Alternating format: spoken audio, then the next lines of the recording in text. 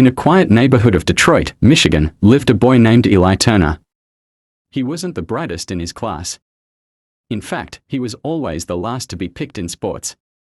The one who sat at the back of the classroom. And the one teachers barely remembered. His grades were average, his confidence even lower. Eli didn't come from much.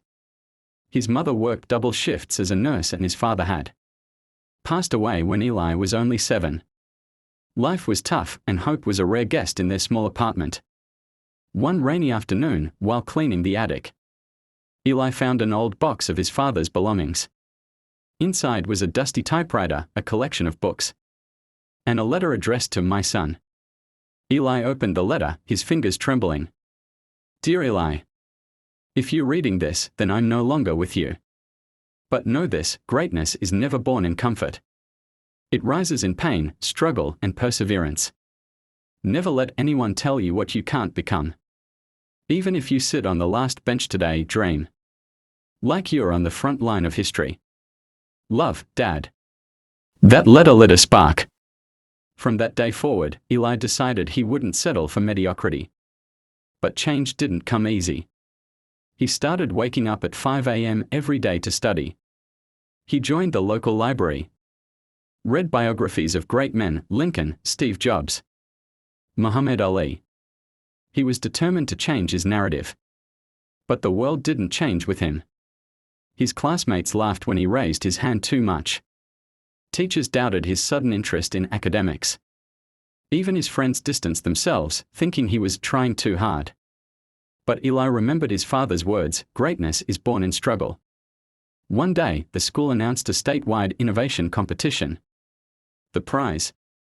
A $10,000 scholarship and a mentorship with a Silicon Valley entrepreneur. Eli had an idea. A simple app that connected teenagers with free mental health support. He'd seen his mother battle anxiety quietly for years. He wanted to build something that mattered. But he had no experience in coding. So he taught himself. Late nights turned into early mornings. He used YouTube tutorials, free courses, and forums. He failed again and again. His prototype crashed repeatedly. But he didn't give up. The dream was bigger than the doubt. When the day of the competition arrived, Eli stood nervously behind the stage. All the other contestants came from tech schools, wore blazers, and had fancy presentations.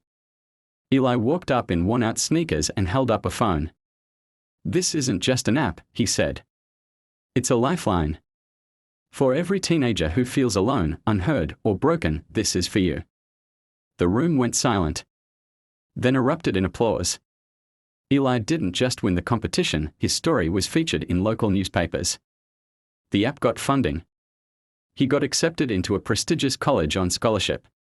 His story began inspiring thousands of young people. But Eli never forgot the boy who sat at the back of the class. Years later, as a successful tech entrepreneur, he started an initiative called Last Bench Dreamers, a scholarship fund for underprivileged students with big dreams and little support. One night, during an interview, the host asked him, "Eli, what was the turning point in your life?"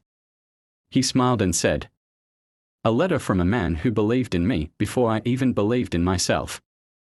Moral of the story: it doesn't matter where you sit today, backbench or front.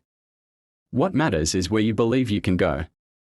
Dreams don't belong to the privileged. They belong to the relentless.